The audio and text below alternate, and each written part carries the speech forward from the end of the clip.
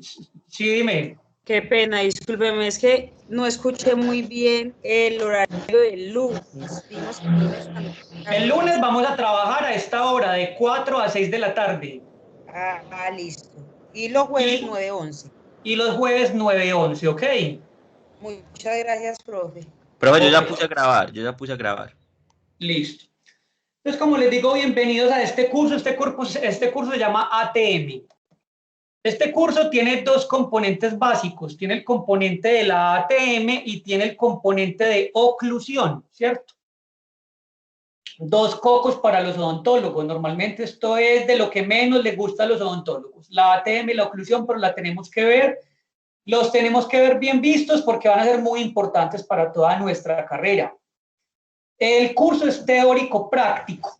Tiene una intensidad horaria de 4 horas semanales. Ya dijimos, 2 las vamos a ver todo el mundo juntos los lunes a esta hora y las otras 2 horas las vamos a ver el jueves a las 9 de la mañana. Vamos a tener 64 horas de acompañamiento directo, o sea, ustedes con nosotros los profesores. Trabajo independiente, la universidad dice que 32, según dice en este programa. Yo, Rodrigo, opino que no son 32, yo opino que son más. Mínimo el equivalente al tiempo de acompañamiento. Rodrigo, ¿qué es trabajo independiente? Pues que usted en su casa, la idea es que lea los temas antes de venir a la clase. Rodrigo, ¿y yo cómo me entero? Pues qué tema sigue. En el programa van a estar los temas en orden cronológico de cómo los vamos a ver. Entonces ese es el primer componente del trabajo independiente. Si usted quiere que le vaya bien en este curso, lo primero que tiene que hacer es intentar leer antes de venir aquí. Si usted lee antes y hace una lista de preguntas, el tema prácticamente le va a quedar estudiado para los exámenes. Muy bien. Toda la teoría la van a ver conmigo, con Rodrigo Restrepo. La parte práctica del curso es un taller de análisis de modelos articulados y el encerado funcional. En ese encerado funcional, como su nombre lo indica, lo que vamos a hacer es que vamos a encerar dos dientes antagonistas en oclusión normal, o sea, en clase 1, que es lo que consideramos oclusión normal. Normalmente vamos a encerar primeros molares antagonistas, ya sea 16 y 46, o si no, enceramos los del lado izquierdo, 26 y 36. Para esa práctica ustedes van a estar con otros profesores, ¿cierto? Ahí en el programa dice que en Medellín los alumnos van a estar con la profesora Luz Mónica Arango. No sé si en este grupo hay estudiantes de otros campus del país, ¿me confirman? ¿Todo el mundo es Medellín o hay estudiantes de otros campus?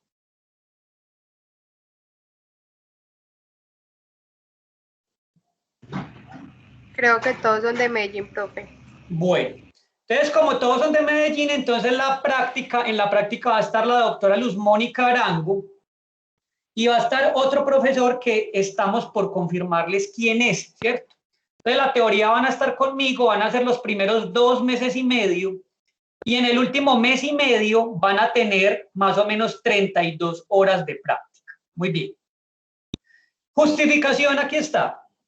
Porque usted tiene que mirar este curso. Este curso le enseña a usted cuáles son las funciones normales de la ATM. Porque si la ATM no está sana, el sistema estomatognático no puede realizar sus funciones, ¿cierto? Este curso también le va a permitir identificar cuáles son las características de una oclusión normal. Una oclusión es la relación de contacto entre dientes antagonistas, es decir, cuando la mandíbula, los dientes mandibulares hacen contacto con los dientes maxilares, ¿cierto? Entonces, en este curso le va a permitir también describir esos conceptos de oclusión que consideramos normal y correcta. Ya en la práctica, este curso le va a permitir desarrollar motricidad fina, porque en el encerado entonces vamos a soltar las manos.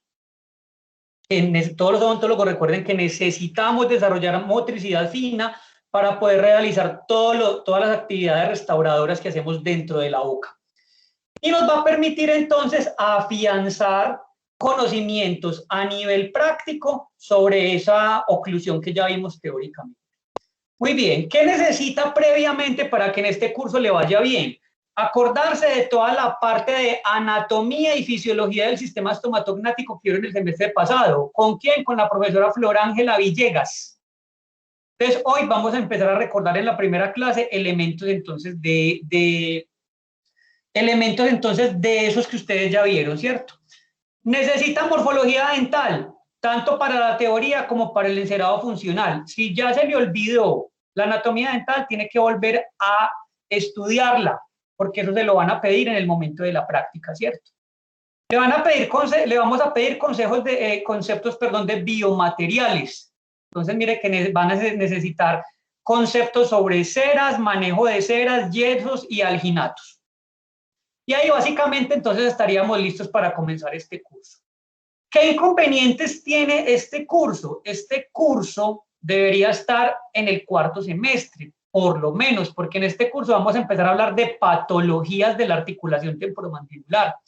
Y ustedes no han visto patología general, el curso de patología general es en el cuarto semestre. Sin embargo, aquí vamos a estar hablando de patología de la articulación sin tener esos conceptos básicos de patología.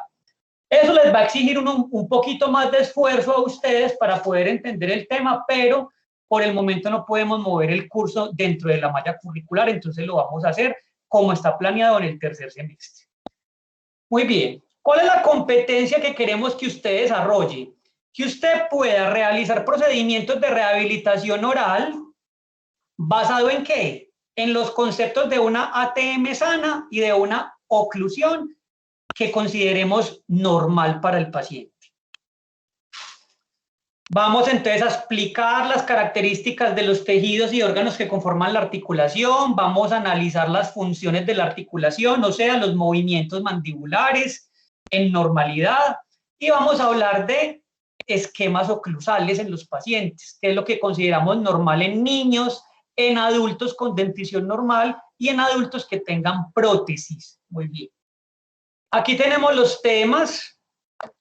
Entonces, por ejemplo, esta semana vamos a empezar con el primer tema, que es anatomía y fisiología normal de la articulación temporomandibular, ¿cierto? Entonces, ya en este momento, apenas termine de mostrarles el programa, vamos a hablar de la anatomía de la articulación temporomandibular y en la clase siguiente vamos a hablar de músculos y ahí terminaríamos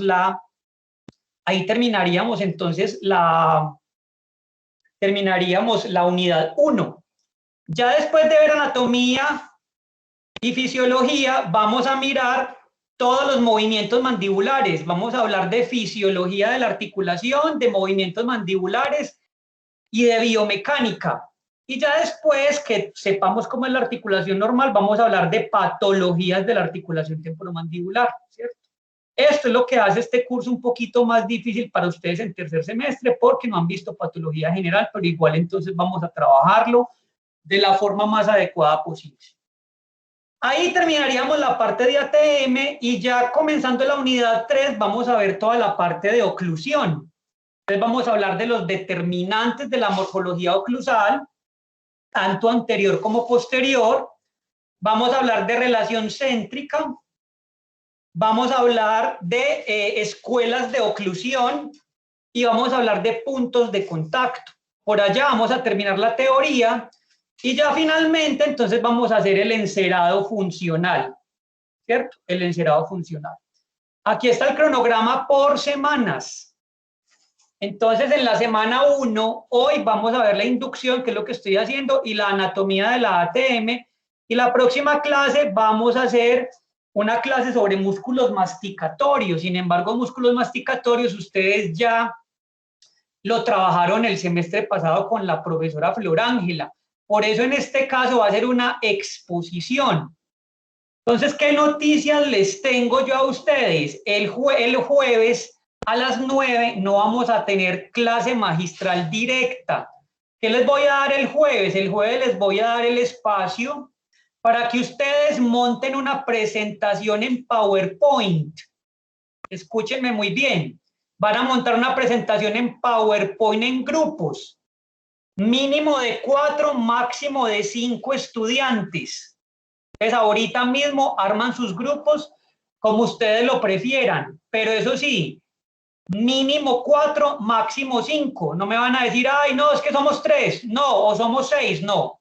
Se van a comunicar por sus grupos de WhatsApp y van a armar esos grupos. Esos grupos van a servir para las otras actividades grupales que vamos a desarrollar en el curso. La primera de ellas, como les digo, va a ser esta de músculos.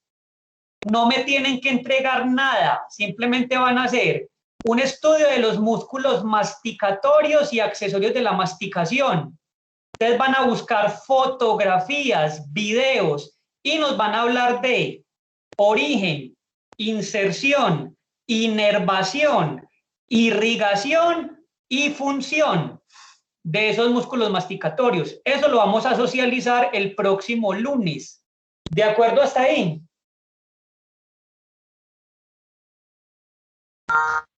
Sí, señor, profesor. Muy bien.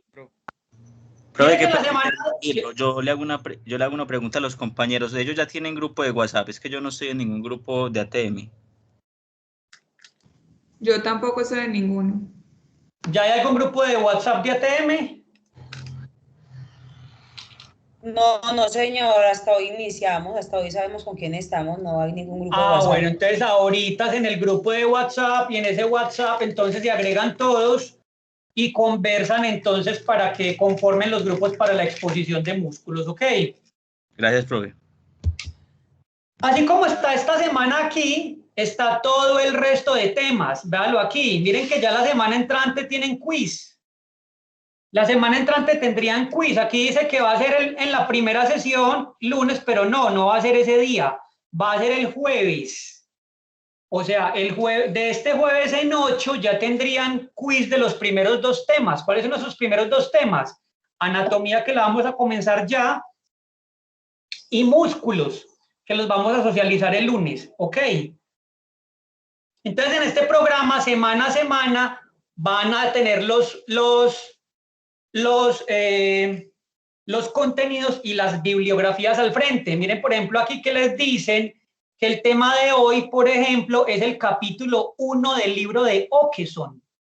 Ahorita uno de los representantes me va a decir el correo y yo les voy a regalar este librito digital que yo lo tengo actualizado, porque este libro va a ser una de las principales referencias del curso. Yo se los puedo mandar.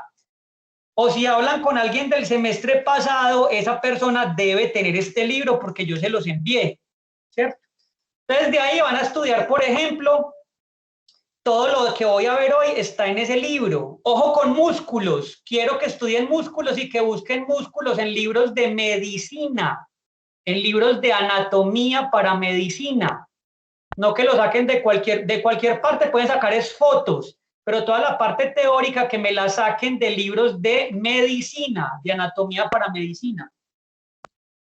Así entonces tenemos bibliografías de todo. Mire que ya la parte de patología vamos a trabajar en ese artículo en inglés.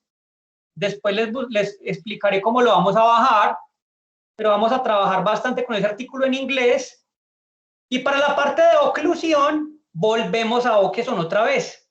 ¿Verdad que por aquí tenemos a Okeson y tenemos el libro de Mans, ¿cierto? Y el encerado funcional lo vamos a hacer por medio de un manual, que es el manual de encerado funcional. Ese manual, mire que aquí nos pusieron un link, pero igual ese manual ya está en el campus virtual, ya está digitalizado. Y antes de comenzar la práctica, yo les voy a decir en qué semana está para que lo bajen y lo puedan tener disponible para la práctica. ¿Ok? Sí, pero nos vamos a gastar las 16 semanas. ¿Cuál va a ser la metodología? Principalmente vamos a tener metodología magistral, o sea que yo me siento a darles la clase a ustedes, pero vamos a tener también metodologías expositivas y talleres. Como les decía, en la sesión del jueves ustedes la van a tener libres para que hagan la presentación de músculos y el lunes con eso empezaríamos. Hacemos una rifa, vamos haciendo rifas y a cada grupo le va a ir tocando algún músculo para exponer y de ahí va a salir una nota grupal. ¿Listo? Entonces, esas van a ser las principales metodologías de nosotros para desarrollar aquí el curso. La idea es que participen, como les digo, que lean antes los contenidos del curso y que hagan una sesión de preguntas. Y lo que no vayan entendiendo, la idea es que lo pregunten durante el transcurso de la clase. Si usted se queda con una pregunta, el problema finalmente va a ser suyo, porque en el examen puede que no vaya a saber responder. Entonces, para que aproveche al máximo, intenten resolver todas las preguntas en el momento de la clase. No es un curso muy sencillo, pero es un curso que tampoco es muy difícil. ¿Qué requiere? Lectura. Eso es lo primero que digo. ¿Cómo vamos a hacer la evaluación? Entonces, la evaluación va a tener un componente teórico individual. ¿Cómo así, Rodrigo, que componente teórico individual? Sí, van a ser 6 quizzes del 10%, comenzando con el primero el jueves de la semana entrante. ¿Cómo vamos a hacer esos quizzes? Los vamos a hacer por la plataforma de la universidad. Los vamos a hacer por la plataforma de la universidad. Entonces, esos 6 quizzes valen el 10%.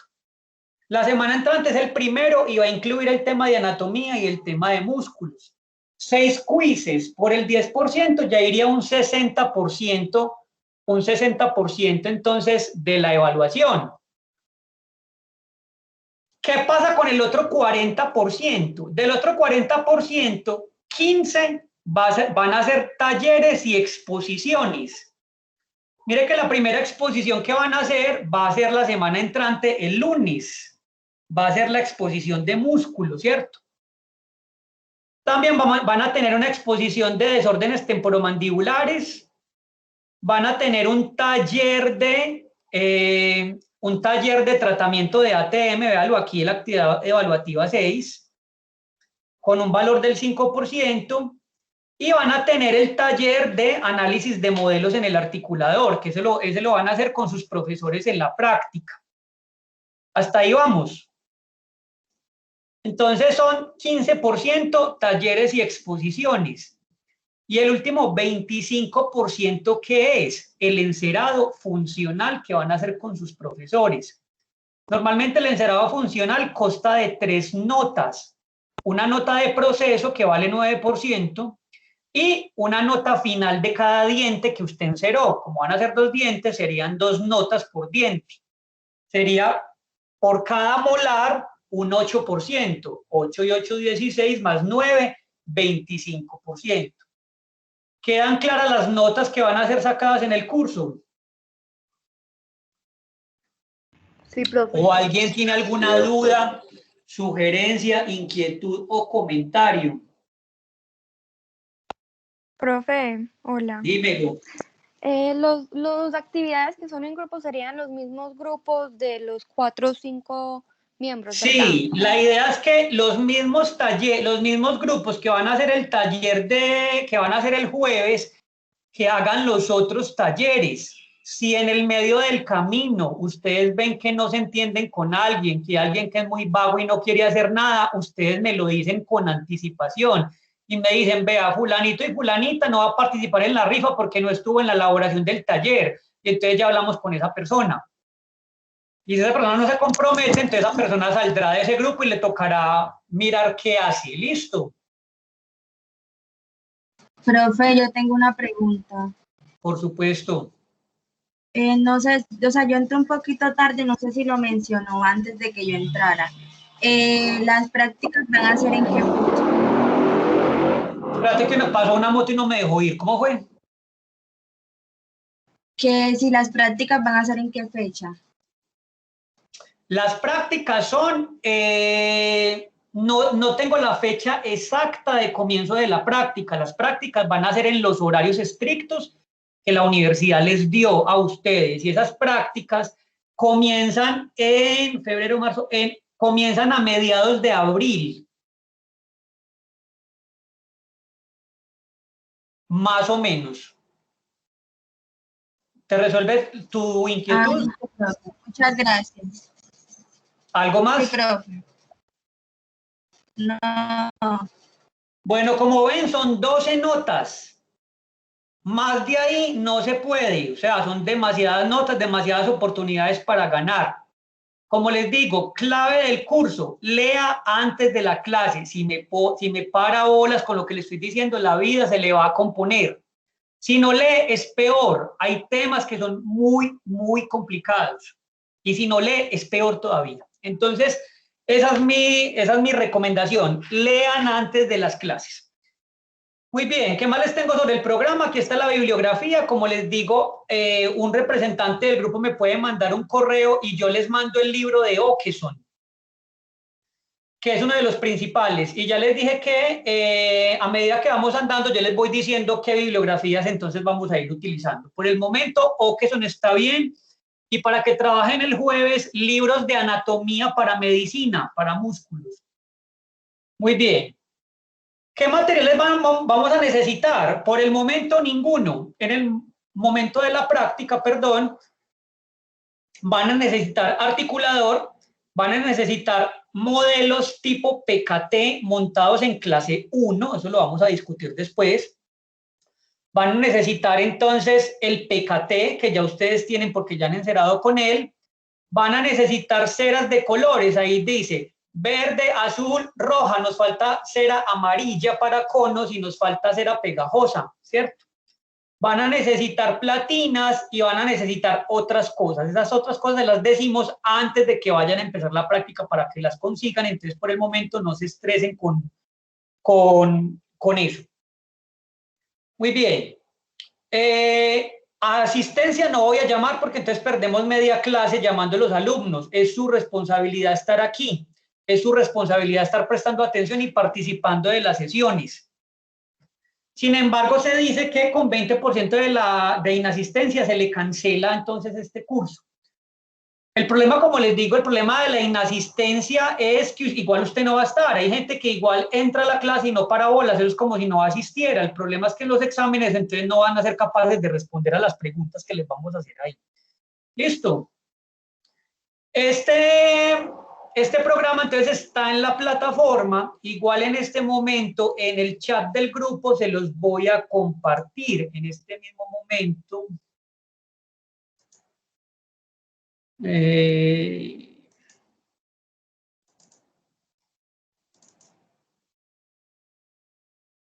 Ahí les está cargando en el chat, ¿están viendo mi pantalla? Sí, profe. Ahí se los acabo de entregar. Entonces ya lo pueden descargar. Ese es el programa preliminar que vamos a trabajar. Y entonces que quede constancia en la grabación que se les socialice el programa y el protocolo pedagógico. ¿Todo en orden?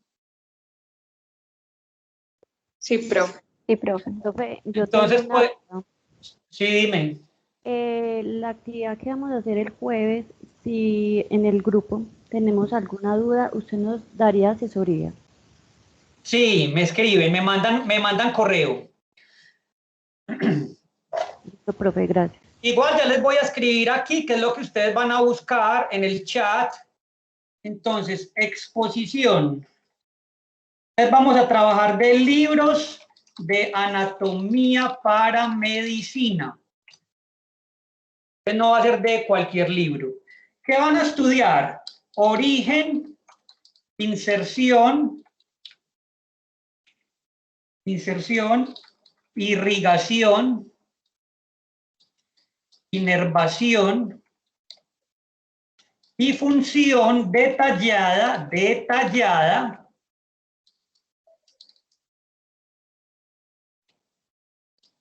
de todos los músculos masticatorios y accesorios de la masticación. Esa teoría entonces la van a complementar con fotos y videos, ¿de acuerdo? Muy bien. Si no hay más preguntas, entonces les voy a compartir la presentación de hoy y vamos a entrar en materia. Muy bien. Como les dije, entonces ahorita el curso tiene dos componentes. El de la ATM. ¿Qué significa ATM? Articulación temporomandibular. Entonces vamos a ver la ATM y en segundo lugar vamos a ver la oclusión dental, que ya dijimos que era el contacto entre los dientes superiores e inferiores cuando la mandíbula se cierra. Muy bien. En esa fotico vemos una foto, en esa diapositiva vemos una foto de la ATM, ¿cierto? Entonces la ATM es la principal articulación de los odontólogos. Nadie debe saber más de ATM que ustedes, porque ustedes son los que la deben revisar y los que la deben diagnosticar y tratar cuando el paciente tiene algún problema.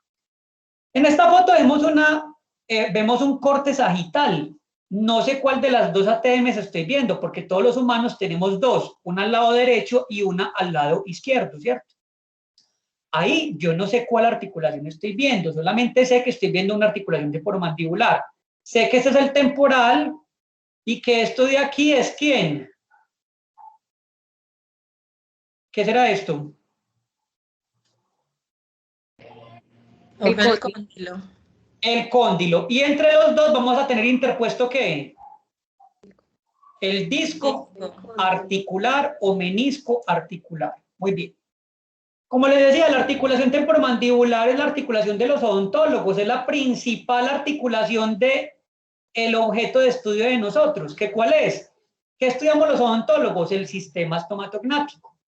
¿Por qué el sistema estomatognático se llama así? ¿De dónde saldrá la palabra estomatognático? ¿Alguien lo recuerda?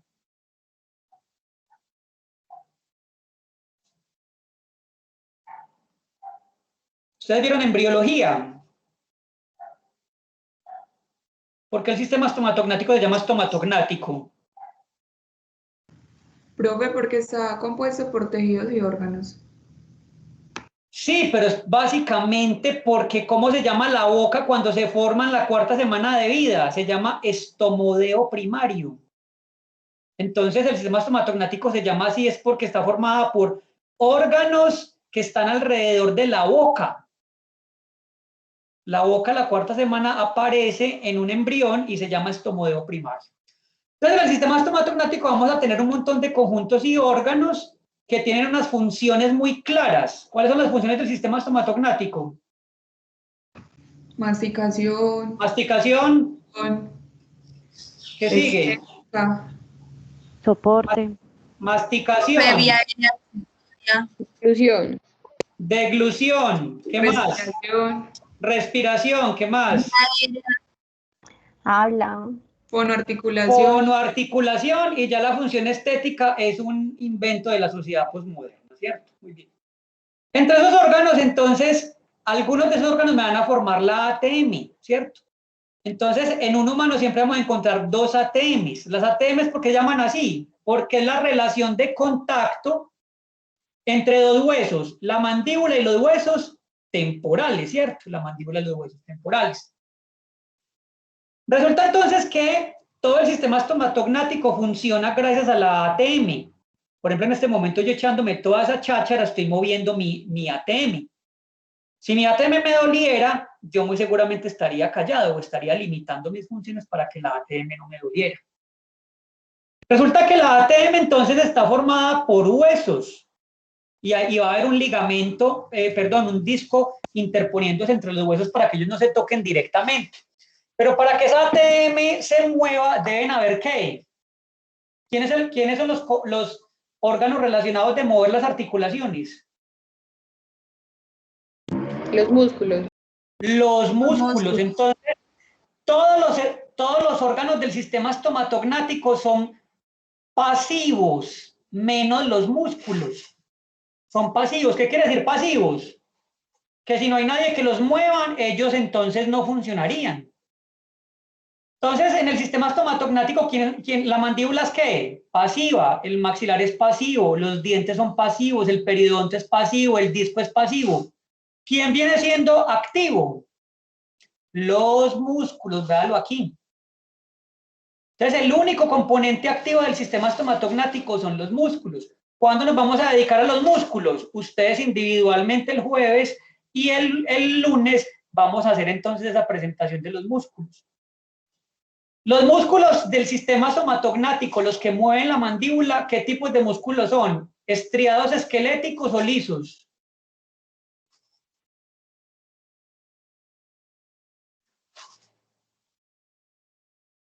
¿Quién dijo yo? Profe, lisos. Lisos, jamás. Los músculos lisos están en el sistema digestivo y en los vasos sanguíneos. Son músculos estriados esqueléticos. Muy bien. Y los músculos estriados esqueléticos son movidos por nervios y son voluntarios, ¿cierto? Además de los músculos, entonces, el sistema estomatognático también cuenta con estructuras anexas, que son las glándulas salivares, que ustedes ya las deberían haber visto, y componentes vasculares y linfáticos. Muy bien. En el sistema estomatognático, entonces, la articulación es la encargada básicamente de desarrollar todas las funciones. Porque, por ejemplo, para yo abrir la boca, para meterme un alimento ahí, yo tengo que descender la mandíbula. Ahí se tienen que activar los músculos depresores de la mandíbula. Y para yo triturar, se tienen que contraer los músculos elevadores. Entonces, ojo, que en el sistema estomatognático, el adecuado desarrollo de las funciones va a depender de ¿qué? De una estructura anatómica normal. Si las estructuras anatómicas están anormales, ¿cómo van a estar las funciones? Las funciones muy seguramente van a estar anormales. Si yo me caigo en una moto y me fracturo el cóndilo derecho, ¿qué va a pasar con todas mis funciones?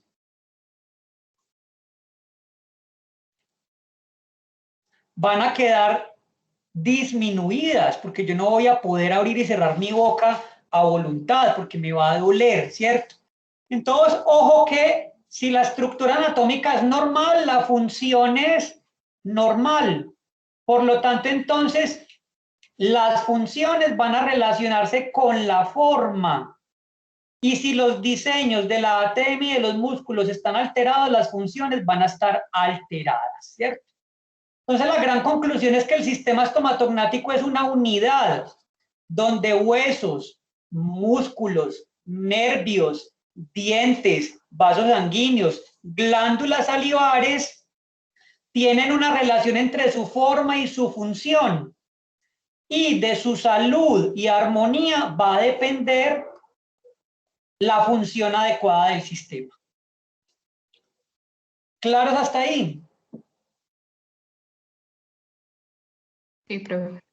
Bueno, entonces vamos a hablar de las articulaciones en el cuerpo antes de empezar a hablar de la ATM. ¿Qué es una articulación? Es un sitio en el cuerpo donde dos o más huesos se relacionan. En la diapositiva dice que se unen, pero eso no es completamente cierto, porque los huesos no se tienen que unir, se tienen es que relacionar, ¿cierto? Porque para que dos huesos se unan, se tienen que tocar. Y ya dijimos, por ejemplo, que en la ATM los cóndilos no tocan el temporal. ¿Por qué?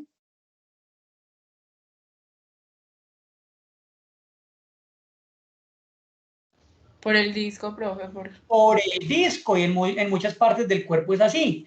Entonces, no es que se unan. Entonces, una articulación es un sitio del cuerpo donde dos o más huesos se relacionan. En este caso, en el de nosotros, ¿quiénes van a ser? La mandíbula y los huesos temporales. O sea, que serían ¿cuántos huesos? 3, ¿cierto?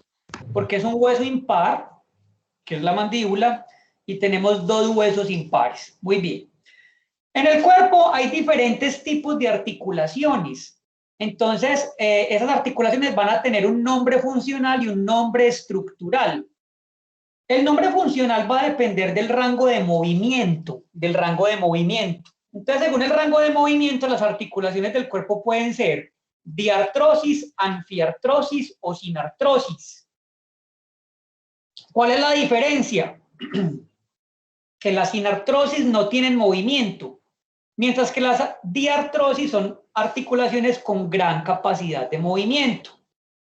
Las anfi tienen un poquitico, pero están ahí como en el intermedio. Ni mucho, ni tampoco es que no tengan movimiento. A nivel estructural, las articulaciones que no tienen movimiento se les llama articulaciones fibrosas. Ejemplos, miren ahí que a quién me dan de ejemplo de articulación sinartrósica o fibrosa. el hombro. Ah, sinartrósica. Una sinartrosis de articulación fibrosa. Las suturas Las del cráneo. Las suturas del cráneo. Entonces ahí, cuando las suturas se cierran, los huesos sí quedan tocándose. Sí. Oh my gosh. Sí, ahí quedan tocándose, ¿cierto? Entonces las suturas del cráneo y de la cara, entonces articulaciones son importantes para nosotros. En las que tienen un rango de movimiento limitado están las anfiartrosis, que también se llaman cartilaginosas, y tenemos la sínfisis del pubis, que la debieron ver cuando vieron esqueleto. Pero también tenemos, por ejemplo, las articulaciones intervertebrales, las intervertebrales, entre los discos ahí, entre las vértebras de la columna vamos a tener los discos intervertebrales. Esas articulaciones también se llaman anfiartrosis, no tienen tanto movimiento.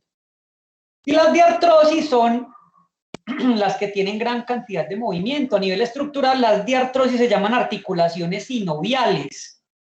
Y se llaman sinoviales porque están envueltas por una cápsula y por dentro están llenas de líquido. Y ese líquido entonces me permite un adecuado deslizamiento entre las superficies óseas y que esas articulaciones tengan gran cantidad de movimiento. Entre las articulaciones diartrósicas en el cuerpo, ¿cuáles tenemos? La del hombro, como dice ahí, es una articulación que tiene gran rango de movimiento. La de la cadera y, ojo, la ATM. Entonces, nuestra articulación va a ser entonces diartrósica. Entonces, como decíamos, la ATM es una articulación que recibe su nombre porque es una articulación formada por dos huesos. La mandíbula por debajo, que es un hueso impar, que estamos viendo en esta fotico. Estamos viendo una foto de la mandíbula y que parte, recuerden que la mandíbula tiene dos partes. ¿Cómo se llama esta?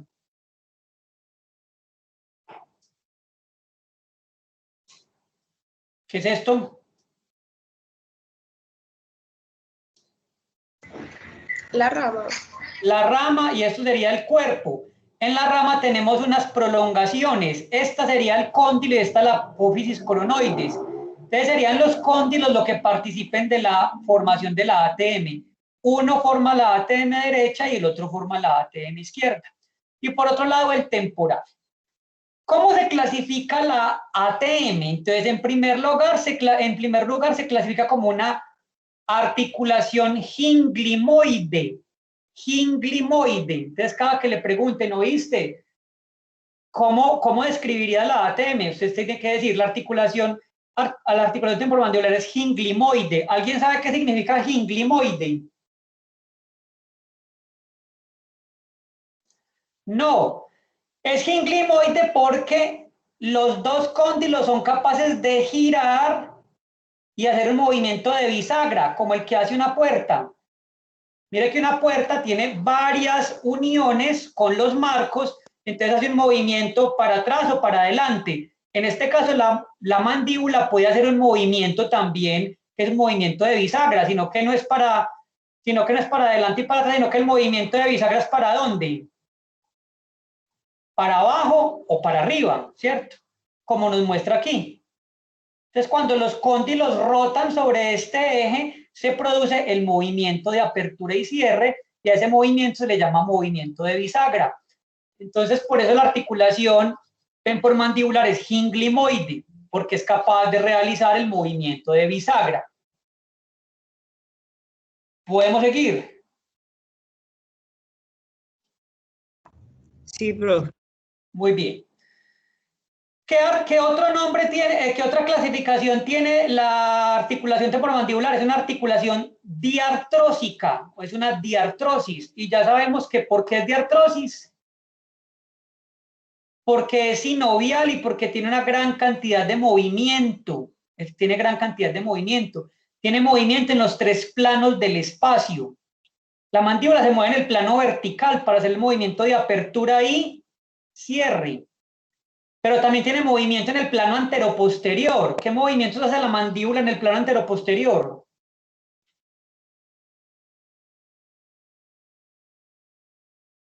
Si la mandíbula se va de atrás para adelante, ¿eso cómo se llama? Lateralidad. De atrás para adelante. Protrusión y retrusión. Protrusión y retrusión. Y en el plano transversal, Lateralidad. ahí veamos la lateralidad, ¿cierto? Muy bien. Y esta articulación también se considera una articulación compuesta. Rodrigo, ¿cómo así que compuesta? Pues se llama compuesta gracias a la presencia del disco interarticular. Entonces muchas bibliografías consideran al disco un tercer hueso, pero en realidad no es así, ¿cierto? Entonces se considera compuesta por la presencia del disco interarticular. Aquí tenemos una fotografía arriba. Eso es un corte sagital.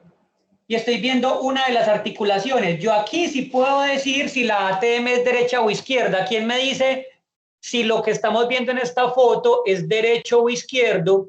Y me dice por qué. Profe, derecho.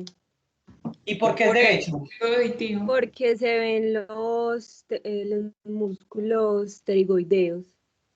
No, esa no es la respuesta. ¿Quién más habló por ahí? Profe, porque se ve el conducto auditivo. El conducto auditivo es este, estoy de acuerdo. Siempre detrás del cóndilo, detrás de la ATM está el conducto auditivo externo. Entonces, si este es el conducto auditivo externo y este es el cóndilo que está por delante, ¿cuál ATM estoy viendo? ¿La derecha o la izquierda? La derecha. La derecha. ¿Quién más no entendió lo que acabamos de decir? Entonces, siempre el conducto auditivo externo va a ser el elemento anatómico que nos va a servir como punto de referencia para saber qué ATM estoy viendo. No es la presencia de los músculos. ¿Claro hasta ahí? Muy bien. Entonces, la articulación temporomandibular es una articulación muy, muy, muy especial. Y se diferencia de otras articulaciones del cuerpo. Por ejemplo, ¿cuál es una de esas características? Es una de las articulaciones que más fuerzas puede aguantar. Es una de las articulaciones que más fuerza puede aguantar. Se han hecho videos por ahí en YouTube de gente levantando un carro sosteniendo una cadena con los dientes. Incluso hay videos por ahí de alguien intentando arrastrar un barco con los dientes. Con los dientes se pueden cortar dedos, orejas, penis. Eso es gracias a la fuerza que pueden ejercer los músculos de la masticación. Entonces, como es una articulación que tiene que soportar tanta fuerza, las superficies articulares, es decir, el cóndilo y el temporal, no van a estar recubiertos por cartílago hialino. En todas las articulaciones del cuerpo tenemos es cartílago hialino. Allá no, allá tenemos fibrocartílago. Fibrocartílago. Clase de histología del primer semestre. ¿Quién me dice cuál es la diferencia entre cartílago hialino y fibrocartílago?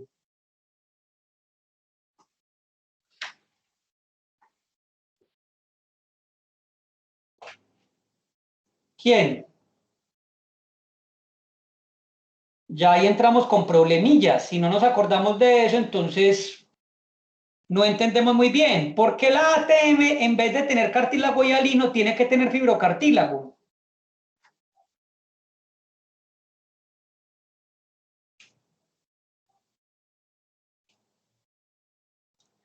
Pues el cartílago hialino está recubierto por una membrana que se llama pericondrio, y ese pericondrio tiene vasos y nervios.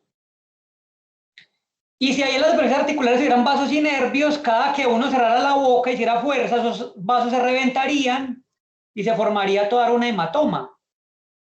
Y si ese cartílago tuviera nervios, pues al paciente a uno le dolería cada que apretaría los dientes. Entonces, esa es una de las razones.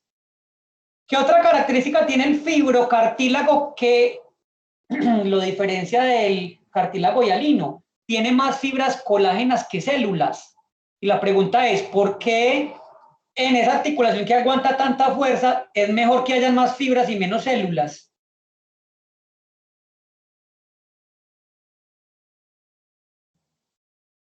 Pues porque si hubieran células con la presión, cada que yo cierre los dientes, esas células se morirían, se estallarían, ¿cierto? Muy bien. ¿Qué otra característica tiene la ATM que no tiene ninguna característica del cuerpo? Que son dos estructuras óseas que articulan los dientes. Entonces, durante toda la vida, la oclusión dental va a tener influencia sobre la articulación temporomandibular y viceversa. como vamos a mirar más adelante en este curso, la anatomía de la articulación me va a regular a la anatomía de ¿quién?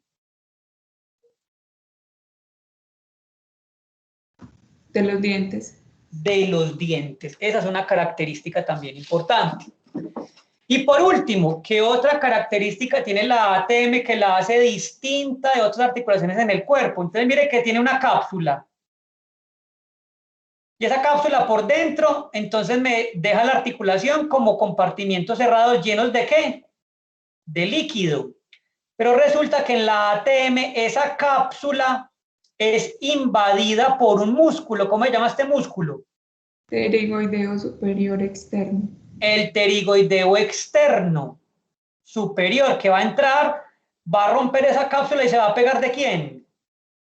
Del cóndilo, como se ve aquí, ¿y de quién más? Del disco. Y del disco. Eso no pasa en ninguna otra parte del cuerpo. Entonces la cápsula de la articulación temporomandibular es incompleta. Si uno va a mirar, por ejemplo, la cápsula de la articulación del hombro, esa cápsula nadie la perfora, o en la rodilla, o en el codo, en cambio en la ATM sí. Muy bien. ¿Cuándo se desarrolla la ATM? La ATM se empieza a desarrollar en la vida intrauterina. ¿Cuándo comienza? A la 8ª semana. A la 8ª semana se producen 2 crecimientos que se llaman blastemas. En esta foto vemos en A un embrión de 4 semanas con sus arcos branquiales, eso ya lo vieron ustedes en embriología, primer arco, segundo, tercero, cuarto, y el nervio de cada arco, nervio del trigémino y nervio facial. Y esto es la prominencia frontonasal. Resulta que aquí arriba en la prominencia frontonasal, entonces, se empieza a definir la boca primaria, el estomodeo, que véalo por acá.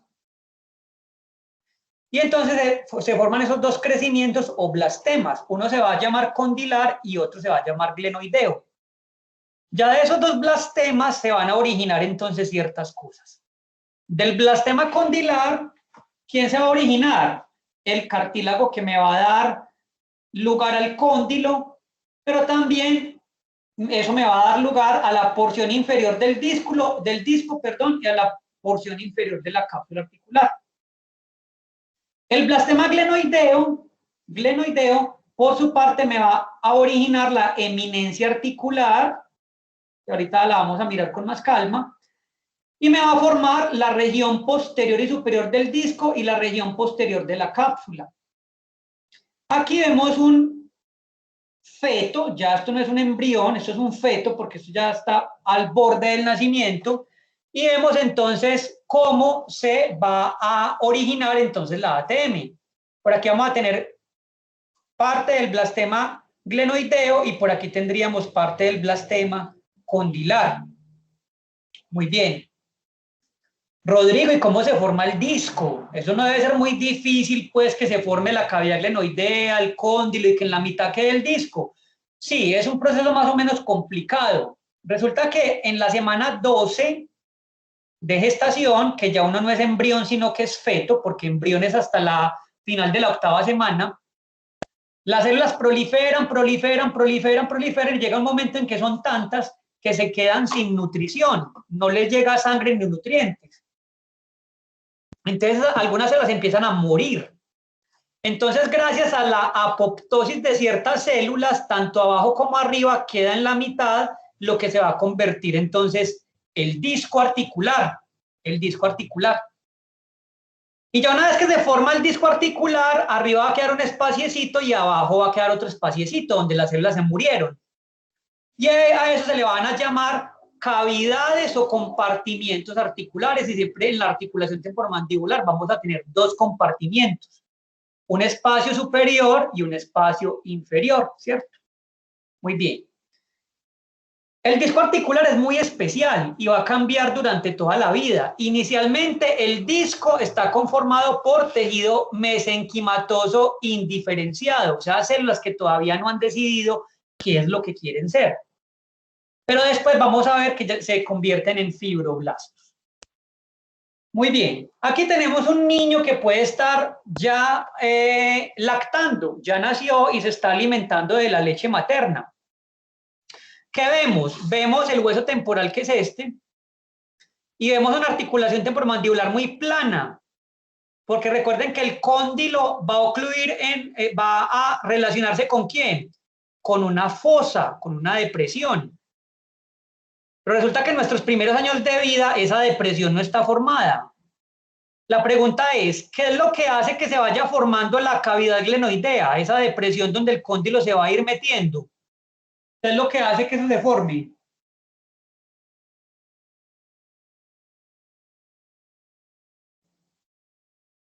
La masticación. ¿Cómo? El movimiento cuando uno come. Sí, pero más que la succión es la masticación, porque en la succión se dan movimientos principalmente de protrusión y retrusión. Entonces el cóndilo se está yendo es para adelante y para atrás. Entonces el cóndilo se va para adelante y para atrás hacia un hueco aquí. No, para que haga un hueco, el que tiene que empezar a hacer, a presionar hacia arriba. ¿Y quién hace la presión hacia arriba? Los músculos masticatorios. Los músculos masticatorios, los elevadores, macetero, temporal y pterigoideo interno, empiezan a funcionar cuando salen los molares.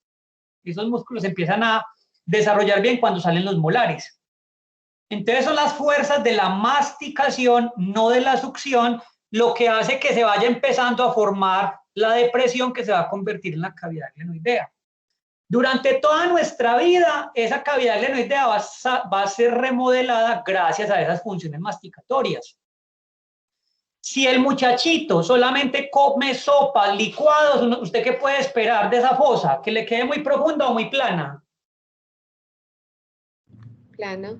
Plana, profe. En cambio, si al muchachito desde chiquitico le damos carne, zanahoria, maní, ¿qué podemos esperar de ese desarrollo?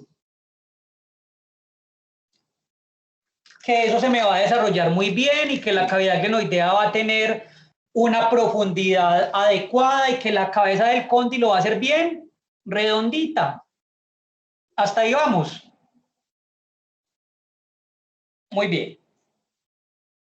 Entonces, como decíamos, la ATM se va a seguir desarrollando durante todos los primeros años de vida y este desarrollo va a terminar finalmente cuando cerramos la segunda década de vida postnatal, más o menos a los 20 años. Por ahí entonces ya se forma la cavidad glenoidea definitiva y la cabeza del cóndilo con su forma definitiva. Aquí entonces vemos un niño que está en formación, esto es un feto. Tenemos un cóndilo bien definido aquí donde estoy señalando. No, tenemos una cavidad glenoidea. No. Cambio aquí tenemos un adulto. ¿Ya tenemos una cavidad glenoidea bien formada? Sí. ¿Y tenemos una cabeza del cóndilo bien formada? Sí. Ya vimos que esto ocurrió gracias a ¿quién? A las presiones que ejercía entonces el cóndilo por los músculos masticatorios durante las funciones del sistema. Muy bien. Toda la vida entonces la morfología del cóndilo, de la eminencia y de la fosa se van a estar remodelando hasta que nos morimos. Si a usted le sacan todos los dientes por una enfermedad periodontal y le ponen una prótesis total, ¿ustedes cómo creen que se vuelve esa ATM? ¿Más plana o más profunda? Más plana. Más plana. Porque ya la persona no tiene no ejerce las mismas fuerzas verticales. Entonces, ojo con esas funciones. Muy bien. Entonces, las articulaciones temporomandibulares, a pesar de que están a ambos lados de la línea media, la derecha y la izquierda, ellas funcionan simultáneamente. Entonces no es que una se mueva y la otra se queda completamente estática, no, ellas se relacionan simultáneamente. Y la mandíbula entonces va a ser ese hueso impar que me integre entonces la función de ambas. Aquí estamos viendo un corte sagital. ¿Qué ATM estoy viendo aquí, la derecha o la izquierda? La izquierda. La izquierda porque vea el meato acústico externo. Vemos la cavidad glenoidea bien formada y el cóndilo por aquí. contactando básicamente con la cresta de la eminencia. Podríamos decir que este paciente está en apertura máxima o en reposo. Apertura máxima, profe. En apertura máxima, porque si era en reposo, este cóndilo debería estar ¿dónde? Aquí dentro de la cavidad glenoidea. Esta foto es también de una articulación temporomandibular. ¿De qué articulación estoy hablando aquí? ¿De la derecha o de la izquierda? De la izquierda, profe. Izquierda. De acuerdo. ¿Y por qué sé que es la izquierda? Porque yo no veo el agujero auditivo externo. Profe, pues yo me guío por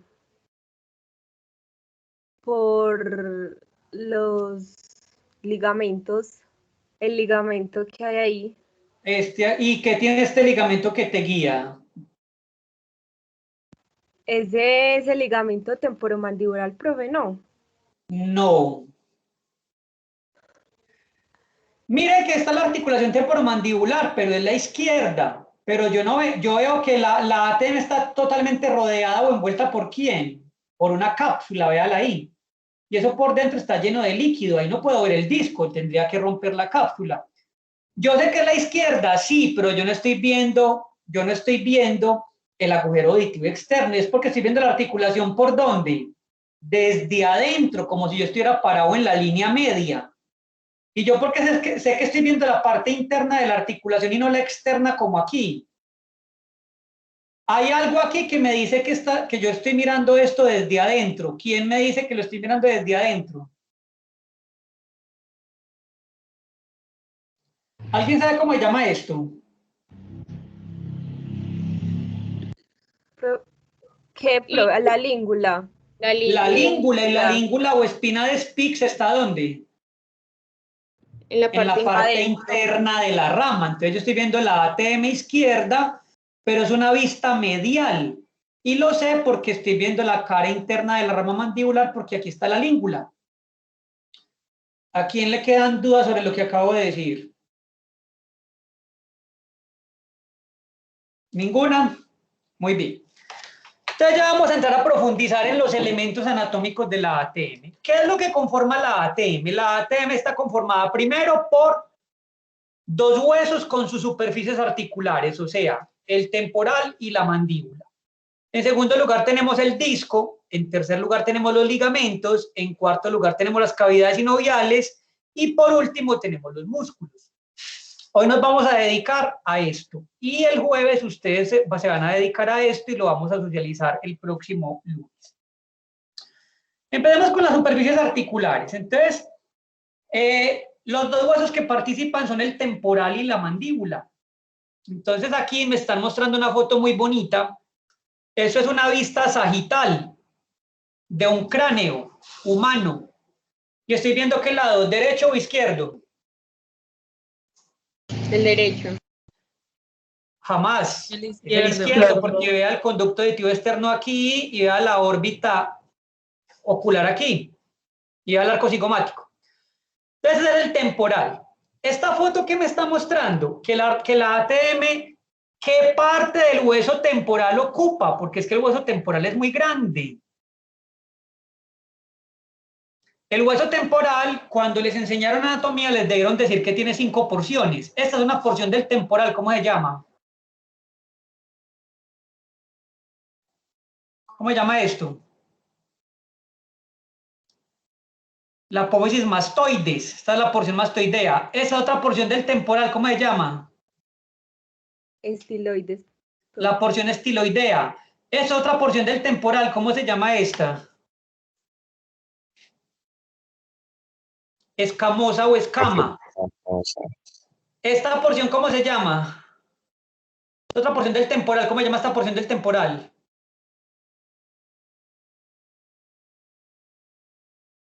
La porción cigomática, porque me ayuda a formar el arco cigomático. Y nos falta la porción petrosa, que no se ve desde acá. La ATM entonces está prácticamente comprometiendo cuáles porciones del temporal. Está pegada de la porción ¿qué? Cigomática. Escamosa. y la cigomática también ayuda a formar la articulación temporomandibular, porque en la porción cigomática está la eminencia y pegado de toda la escamosa está el resto, ¿cierto? De la mandíbula va a ser solamente el cóndilo mandibular el que me va a participar, pero ojo, el cóndilo tiene dos partes, tiene la cabeza y esto aquí es el cuello. ¿Qué es lo que me participa de la ATM?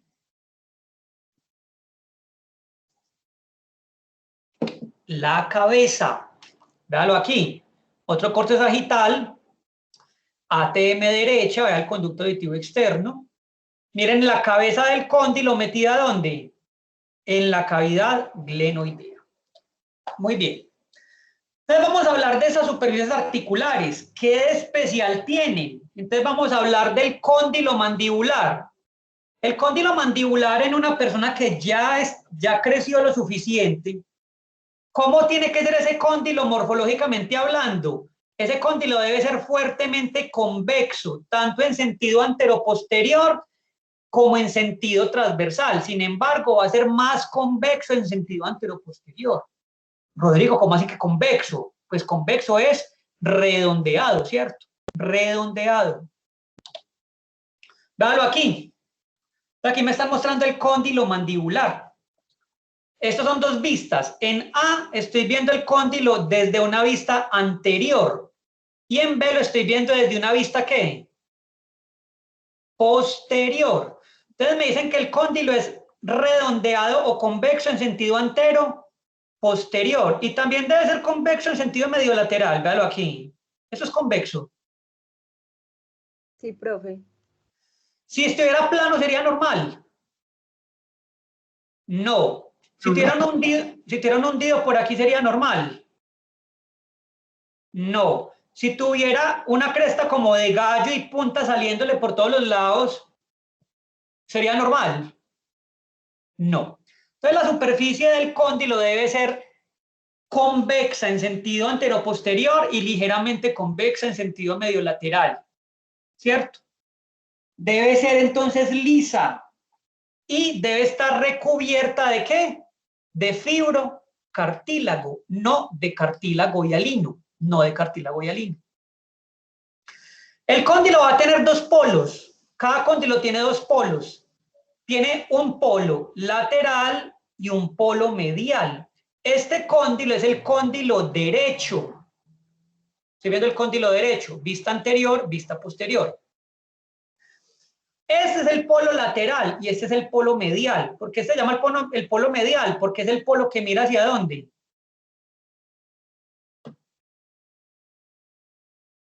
Hacia la línea media. Hacia la línea media. ¿Y qué diferencia tiene el polo medial del polo lateral? Que el polo medial es más ¿qué? Más prominente, pero más pequeñito. En cambio, el polo lateral va a ser más ¿qué? Convexo. Más extenso y más ancho, ¿cierto? Y más anchito. Esa es la diferencia. Ojo, entonces el cóndilo es una elipse. Si uno mirara el cóndilo desde arriba, el cóndilo va a ser una elipse. Entonces tiene un polo lateral y un polo medial, ¿cierto? Se han hecho estudios antropométricos en humanos. Entonces se ha visto que cuál es la longitud más o menos de esa cabeza del cóndilo, de polo a polo. Entonces se ha visto que mide más o menos entre 15 y 20 milímetros. Y que anteroposteriormente, ese cóndilo, esa superficie articular, puede medir de 8 a 10 milímetros. Esto aquí es cartílago, fibrocartílago, perdón. Entonces lo vamos a ver blanquito en los humanos, blanquito. Pero entonces de aquí para abajo, esto que no participa de la ATM está recubierto ¿de qué? Fibrocartílago acá. Y de acá para abajo, entonces, esto tendría un recubrimiento ¿de qué? Muscular. Todos los huesos están recubiertos ¿de qué? Histología básica. Aquí se va a pegar, aquí atrás del cóndilo no se pega ningún músculo. Aquí sí se va a pegar el pterigoideo el pterigoideo externo, porción inferior. Pero todos los huesos están recubiertos ¿de qué? Cartílago hialino. Ah. Todos los huesos tienen una capa que los recubre que se llama el periósteo. Periósteo. Entonces eso es cartílago hialino y esto aguanta fuerza. De aquí para abajo esto es periósteo. ¿Y el periósteo qué tiene de interesante? Porque esto tiene que ser fibrocartílago y esto no periósteo. Que si aquí hubiera periósteo, ¿qué le pasaría a esto cuando uno cierra la boca? Profe, por la fricción que hay en los movimientos. ¿Pero qué sentiría el paciente? Dolor. Dolor. Porque el periósteo sí tiene nervios, en cambio el fibrocartílago no.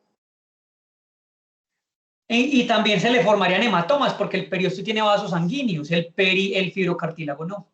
Hasta ahí vamos.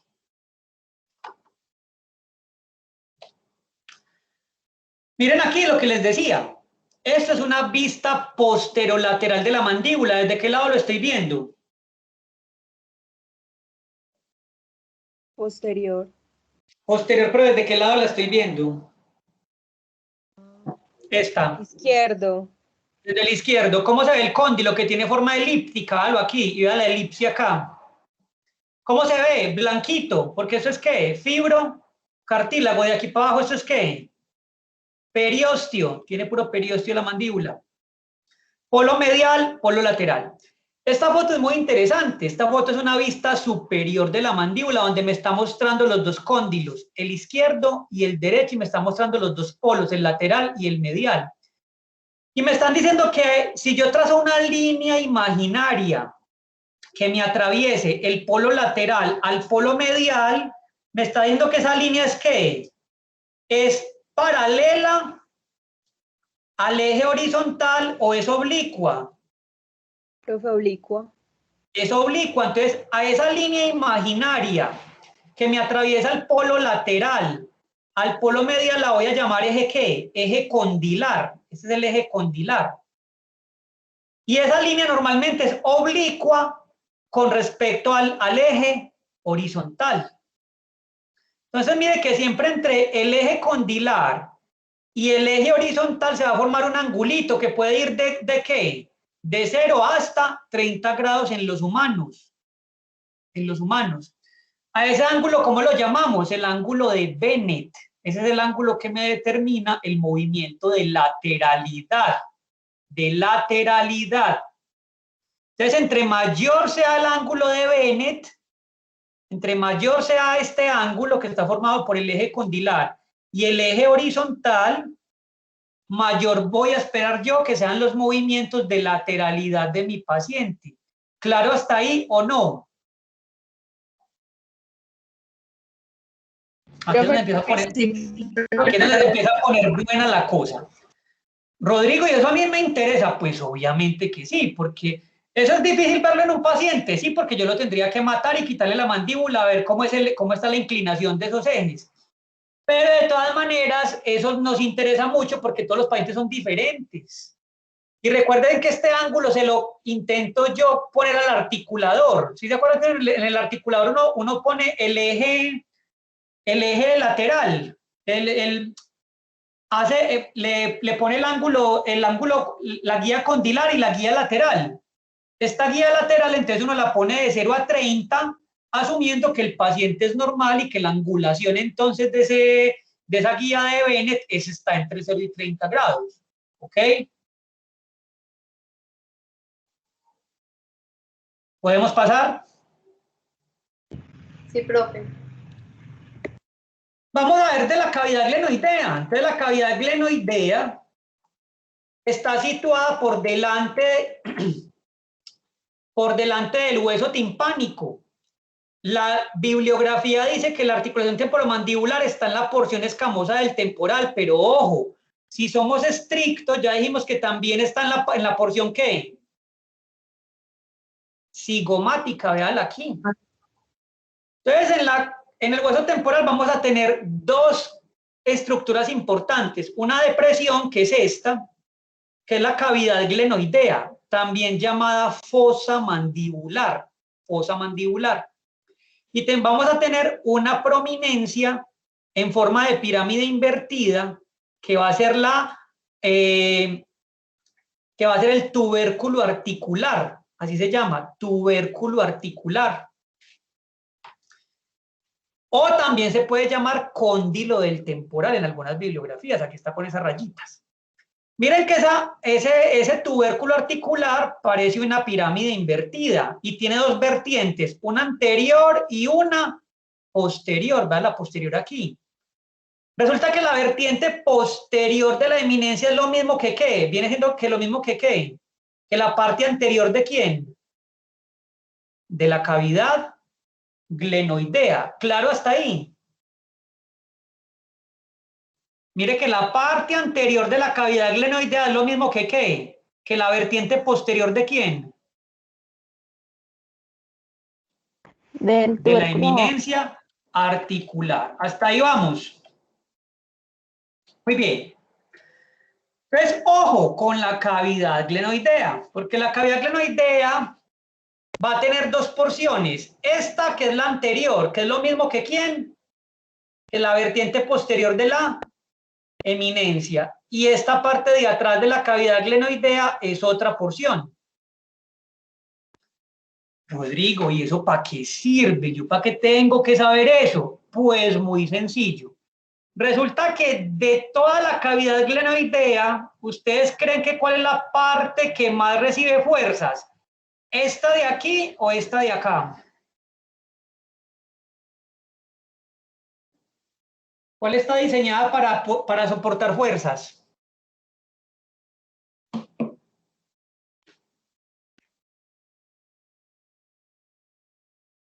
La posterior. No, la anterior. Entonces, cuando apretamos los dientes, el cóndilo debe apretar el disco ¿contra quién? Contra la parte anterior de la cavidad glenoidea, que es lo mismo que la vertiente posterior de la eminencia. Esta parte de atrás en la cavidad glenoidea no es funcional. No es funcional. Muy bien. Pues aquí está. Véalo ahí. Entonces, en el hueso temporal vamos a tener la cavidad glenoidea, la eminencia articular, que también se llama tubérculo articular o cóndilo del temporal. La parte anterior de la eminencia es una porción funcional. Aquí es donde el cóndilo se apoya. La parte posterior de la eminencia es no funcional. Es no funcional. ¿Qué me divide la cavidad glenoidea en porción anterior y posterior? Véalo acá, una pequeña franja de hueso que se llama la cisura de Glaser. Eso es una vista sagital de la ATM izquierda, mientras que esto es una vista inferior. ¿De cuál ATM? ¿Cuál ATM estoy viendo acá? La derecha. La derecha. La derecha. Entonces aquí se ve la cavidad glenoidea desde abajo. Desde abajo la cavidad glenoidea tiene ¿qué forma? ¿Qué forma tiene la cavidad glenoidea? Cóncava. Cóncava, y a nivel geométrico ¿es qué? Es un cuadrado, es redonda, es elíptica. ¿Qué forma tiene? Triángulo, profe. Es elíptica. ¿Y es elíptica por qué? Porque ¿quién fue el que la diseñó? El cóndilo. El mismo cóndilo. Entonces, la cavidad glenoidea debe tener una forma que se corresponde con la forma ¿de quién? Del cóndilo, para que le encaje ahí. Entonces, si la cavidad glenoidea es elíptica, es porque el cóndilo que hacía presión ahí es elíptico. Entonces, la cisura de Glaser, ¿cierto? ¿Qué es esta depresión de huesito? Entonces me divide la cavidad glenoidea en anterior y en posterior. La parte funcional es la anterior, la parte no funcional es la posterior. Bueno, ojo aquí, esta foto es muy bonita y es una foto de una cavidad glenoidea humana. Véala aquí, vea la eminencia articular aquí y vea el cóndilo aquí. ¿Qué pasó con el disco en esta foto? Se lo llevaron, lo arrancaron, ¿cierto? No se ve el disco. ¿Qué me interesa saber de esta foto? El recubrimiento de la cavidad glenoidea. ¿Ustedes ven esto aquí? ¿Qué será esto acá? ¿Ustedes qué creen que es esto? fibrocartílago. Esto es fibrocartílago. Esta es la parte anterior que aguanta fuerza. ¿Sí ven? Esto mismo lo ven aquí atrás. No, mire que llega hasta dónde. Hasta aquí. Rodrigo, y entonces de ahí para atrás, ¿qué es lo que recubre la cavidad glenoidea? En la parte posterior. ¿Ustedes qué creen que hay acá? ¿Esto qué es? Si no es fibrocartílago. Periósteo. Periósteo. Entonces, si yo me caigo o me pegan un puño en la mandíbula y el cóndilo se va para acá, para atrás, ¿me va a doler o no? Sí, profe. Sí, Y se me puede formar una hemorragia aquí dentro de la articulación. sí. Sí, porque se pueden reventar estos vasos periósticos. Entonces, ojo, esto aquí no tiene ni vasos ni nervios, porque el cóndilo presiona ahí y si tuviera, entonces nos dolería y se formaría un hematoma cada vez que yo apretara. Pero esto aquí sí los tiene. Entonces el cóndilo nada tiene que estar haciendo atrás. Por eso la posición funcional es el cóndilo presionando el disco, pero contra la parte anterior de la eminencia. Aquí no hay vasos sanguíneos, es avascular, no hay nervios y como es fibrocartílago, resiste muchísimas fuerzas, ¿cierto? Y todo eso está bañado por líquido sinovial. Muy bien. Esta parte es funcional, esta no es funcional. Ahí señalamos la parte que es funcional, donde el cóndilo debe estar, ¿cierto? Muy bien.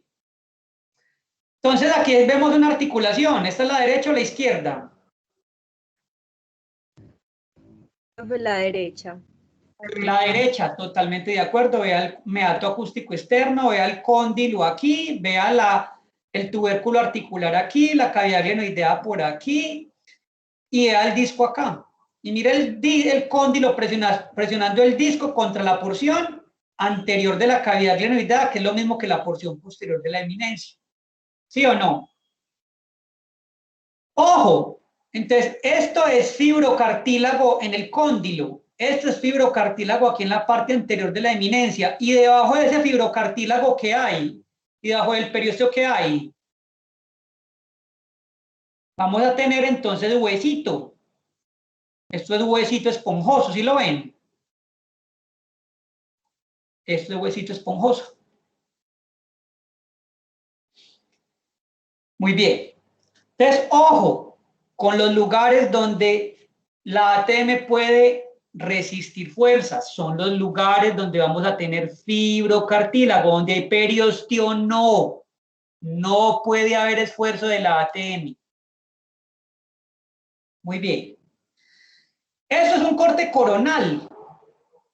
Hice un corte coronal y estoy viendo una de las ATMs, pero no sé cuál. Un corte coronal. ¿Esto que estoy señalando qué es?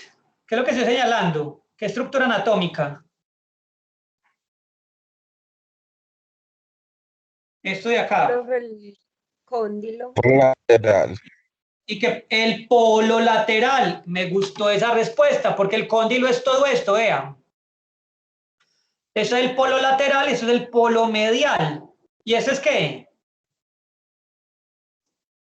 La cavidad glenoidea, pero vista ¿desde dónde? Desde una vista ya no sagital, sino coronal. Desde una vista coronal yo puedo ver que la ATM en su techo, ¿ese techo es qué? Muy delgadito. ¿Y esto aquí qué será? ¿Qué será lo que hay acá?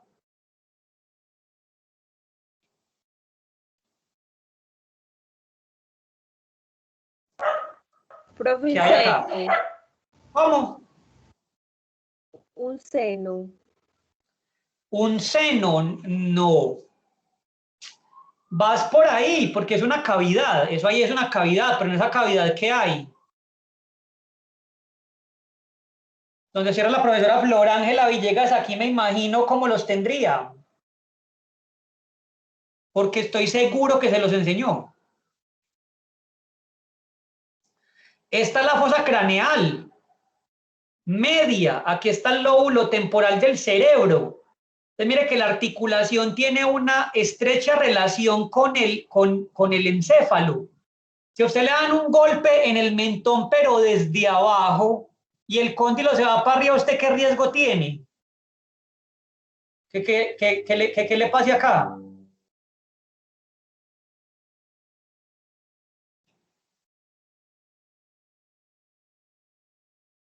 No oigo. Y entonces el cóndilo se metería ¿a dónde?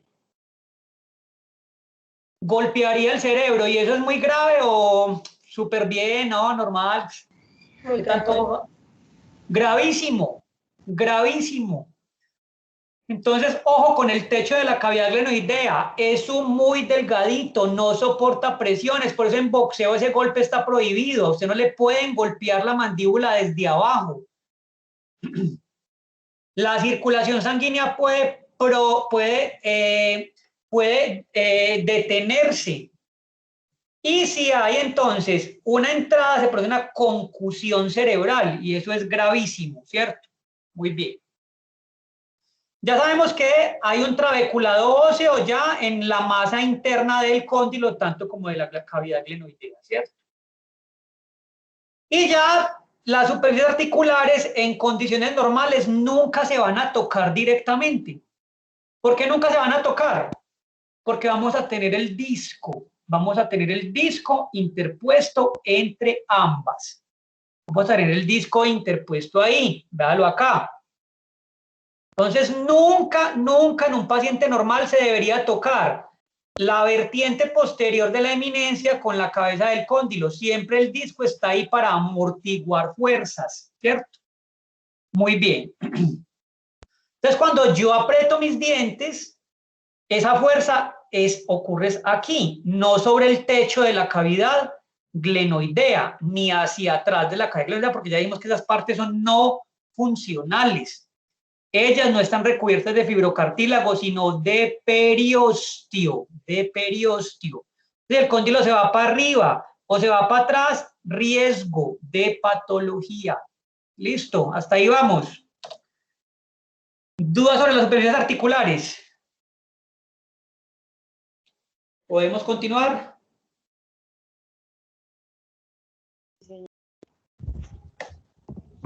Bueno, vamos a hablar entonces del segundo componente anatómico de la ATM. El segundo componente anatómico es el disco. El disco articular o menisco articular. ¿Qué es el disco? Como su nombre lo indica, es una estructura que tiene forma de disco. Si yo lo miro ¿desde dónde?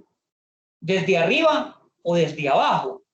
Ahí en esa foto, esto es una vista sagital. Yo aquí le veo forma de disco. No, porque estoy viendo es un corte ¿qué? Sagital, pero si yo lo mirara desde arriba, lo vería como una arepita encima de la cabeza del cóndilo. Se llama disco porque tiene una forma discoide, ¿cierto? Entonces el disco es un tejido conectivo fibroso denso avascular, o sea que es prácticamente un fibrocartílago. Es un tejido conectivo fibroso denso y avascular. Tiene muy poquitas células y esas poquitas que hay son fibroblastos. No tiene vasos normalmente, porque no puede tener vasos. Porque dolería. No es que dolería, porque como aguanta fuerza, si tuviera vasos, esos vasos se reventarían y viviríamos con una hemorragia dentro de la articulación.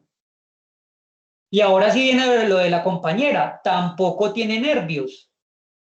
Porque si entonces tuviera nervios, cuando apretamos los dientes a uno le dolería. A uno le dolería, ¿cierto? Muy bien. El disco entonces es como una arepita. El disco, ojo, tiene tres zonas. Tiene una zona anterior, una zona media y una zona posterior. Y hacia atrás se continúa con una zona que se llama la zona bilaminar. Como se denomina como la zona bilaminar. Muy bien.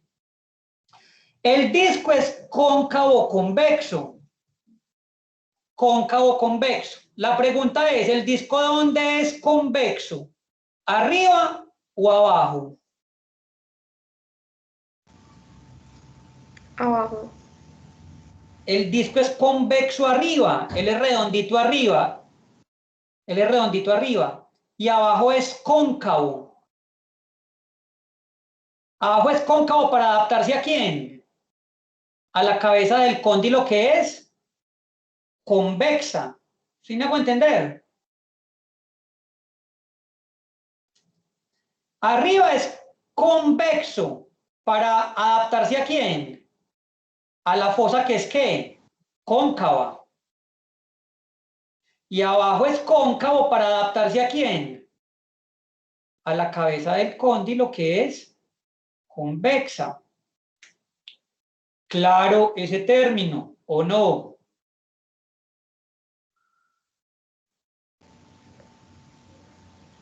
Sí. ¿Cómo vamos? Bueno. Entonces él se acomoda a la forma cóncava de la cavidad glenoidea y se acomoda a la cabeza del cóndilo. Muy bien, muy bien.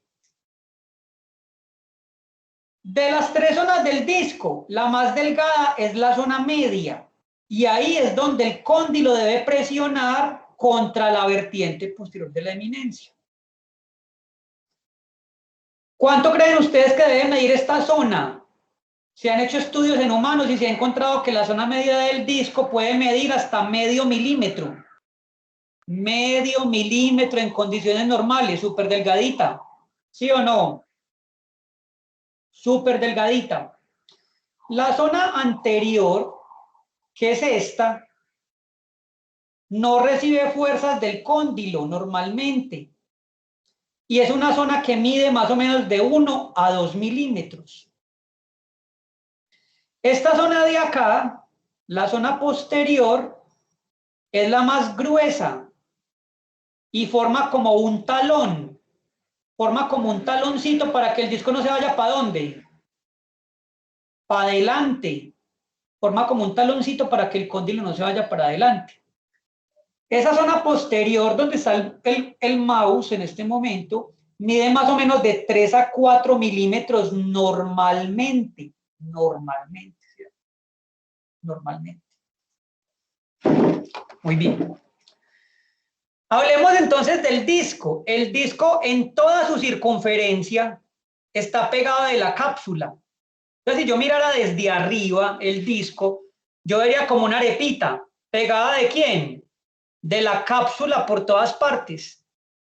Y eso hace que el disco entonces me divida la ATM en dos compartimientos. Uno aquí y uno aquí. Los compartimientos están ¿qué? Totalmente separados. Eso se llaman los compartimientos infradiscal y supradiscal. Esos compartimientos son espacios llenos de líquido. ¿Qué dice la teoría? La teoría dice que el espacio infradiscal es muy pequeñito, es casi virtual, porque el disco está asentado sobre la cabeza del cóndilo. Aquí se ve separadito porque eso es de un cadáver. Pero en condiciones normales el disco está como una boina sobre el cóndilo, ¿cierto? Ya aquí arriba tenemos el compartimiento supradiscal, que la teoría dice que es más grande, que es un compartimiento más grande, con más volumen, que alberga más líquido, ¿cierto? Muy bien. Ahí tenemos las tres zonas del disco. Por detrás del disco vamos a tener la zona bilaminar. Vea el disco acá, hasta aquí llega el disco, véalo ahí. ¿Sí ven el límite? Zona anterior, posterior, perdón, zona media y zona anterior. Por detrás del disco tenemos la zona bilaminar. La zona bilaminar, entonces, como su nombre lo indica, entonces son dos láminas. Son dos láminas. Una que va hacia arriba, hacia el temporal, y otra que va hacia el cuello del cóndilo. Hacia el cuello del cóndilo.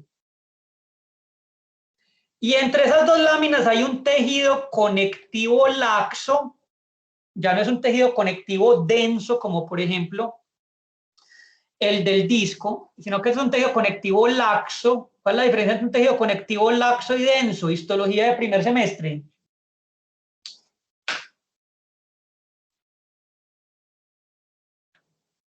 ¿Quién dijo yo?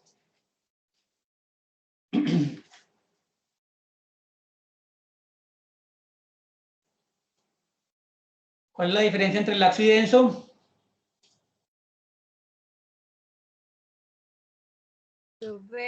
Sería el denso el que pues es como más, o sea, el laxo es como más delgaditico, ¿no? Y el denso es más grueso, por No. decirlo.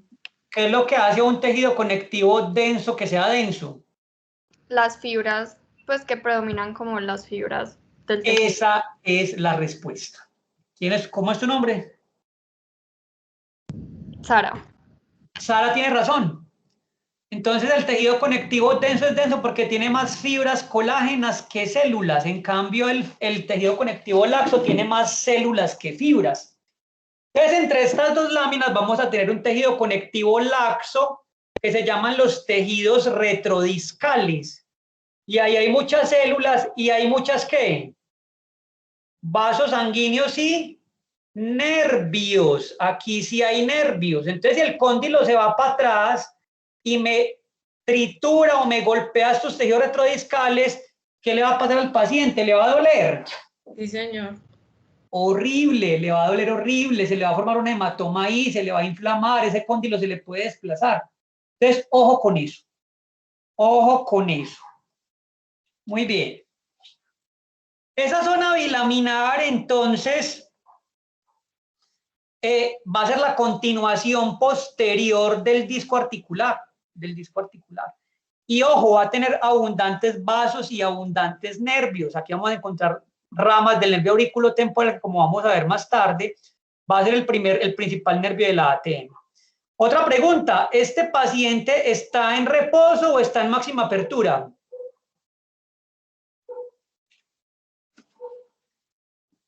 Máxima apertura. En reposo. Está en máxima apertura. Vea la cavidad glenoidea aquí.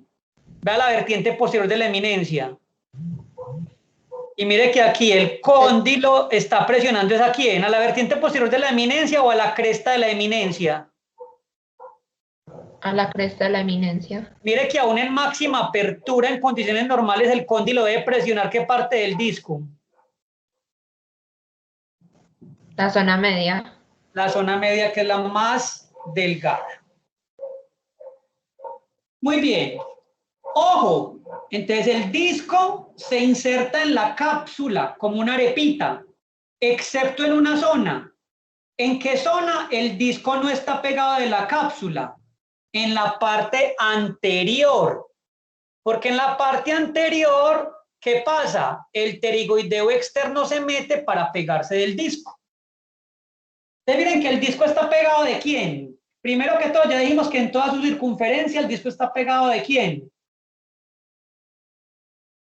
De la cápsula. En la parte anteromedial, el disco está pegado ¿de quién? De un músculo. ¿De cuál? Del pterigoideo externo superior. Pterigoideo externo superior. Muy bien. La zona intermedia del disco debe estar siendo presionada por el cóndilo. La zona posterior se va a continuar con la zona bilaminar y es la más gruesa. ¿Cierto? La zona central ya dijimos que era muy delgada, hasta medio milímetro. Estudios han mostrado que puede ir de 0,2 a 0,4 milímetros. Es la zona que resiste la mayor carga durante la masticación y el apretamiento dentario. La zona posterior es la que forma el taloncito, es la más gruesa, de 3 a 4 milímetros, ¿cierto? A ese taloncito también se le llama lomo. Y ese lomo es el que va a impedir que el músculo pterigoideo externo se lleve como se le da la gana al disco hacia adelante. Entonces el músculo sí se puede llevar el cóndilo, pero igual tiene limitaciones, ¿cierto? Y tenemos la zona bilaminar, entre las cuales tenemos entonces los tejidos retrodiscales. Esas dos láminas que me forman la zona bilaminar Ya dijimos que eran dos láminas, una que va hacia el temporal y otra que va hacia el cuello del cóndilo. Esas dos láminas se llaman láminas retrodiscales. Entonces tenemos una lámina retrodiscal superior y una lámina retrodiscal inferior. Aquí, esto es una foto de una ATM, ¿izquierda o derecha? Izquierda. Izquierdísima. Aquí me están mostrando, esto es un diseño, me están mostrando como las dos láminas retrodiscales, como si esta rojita fuera una y esta rojita fuera otra, y que aquí estarían los tejidos retrodiscales. Resulta que los estudios histológicos mostraron que la lámina retrodiscal superior es rica en fibras elásticas. Fibras elásticas. Rodrigo, eso es muy importante. Sí, señores, eso es muy importante. Porque el cóndilo, el disco, perdón, cuando es jalado por el pterigoideo externo hacia adelante, él se va, pero no se puede ir todo lo que el músculo quiera, sino que se va hasta que la lámina superior esté completamente, ¿qué? Estirada. Entonces, ojo, esa lámina retrodiscal superior regula el movimiento anterior del disco. Entonces, a medida que el músculo se va yendo para adelante, esa lámina se va estirando. Permite un desplazamiento de 8, o incluso hay bibliografías que dicen que hasta 9 milímetros. Ya cuando la lámina se estira del todo, ¿el disco se puede seguir yendo para adelante? No, no se puede seguir yendo para adelante. Cuando esa lámina vuelve y se encoge, ¿qué pasa con el disco? El disco se va para atrás. Entonces esa lámina ayuda a regular el movimiento antero-posterior del disco. Ojo con eso. La lámina retrodiscal inferior es una banda que no tiene fibras elásticas, sino que tiene fibras colágenas. Colágenas. Ojo con esta lámina inferior. Esta lámina inferior, entonces, lo que va a impedir también es que el disco se vaya para adelante sin ningún control. Esta lámina no se puede estirar. Esta lámina lo que aguanta es tensión. Entonces, ojo con estas dos láminas. Nos falta una cosa. Entonces ya dijimos, el disco está pegado a la cápsula en toda su circunferencia. En la parte anterior está pegado al músculo pterigoideo externo superior. En la parte posterior se continúa con la zona bilaminar y los tejidos retrodiscales. ¿Y a qué más está pegado el disco?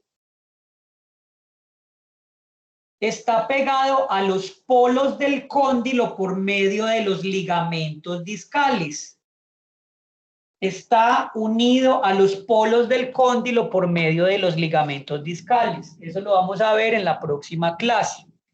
Entonces tenemos, entre los ligamentos vamos a tener los ligamentos discales, el interno y el externo. Entonces el cóndilo va a estar pegado del disco por medio de los ligamentos discales. ¿Preguntas hasta este momento? No, profe, todo claro. Se puso buena la cosa, y eso que esta es la clase más fácil de todas, eso es anatomía básica, ¿cierto?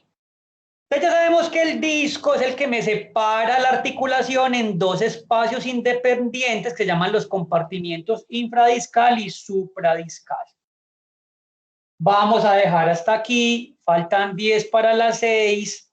El jueves no nos vemos, el jueves ustedes van a hacer la exposición de los músculos, me van a montar algo ordenado, teoría del libro de medicina, fotos y videos, y nos encontramos el próximo lunes a las 4. Yo termino de hablar de los ligamentos y de las cavidades sinoviales y ustedes continúan con músculos. ¿Todo claro? Sí, profesor. Sí, profe. Entonces, que tengan una excelente semana y nos vemos el próximo lunes a las 4 de la tarde. Gracias, profe. Gracias, profe. Ok, chao. Gracias, profe. Chao. Chao, profe.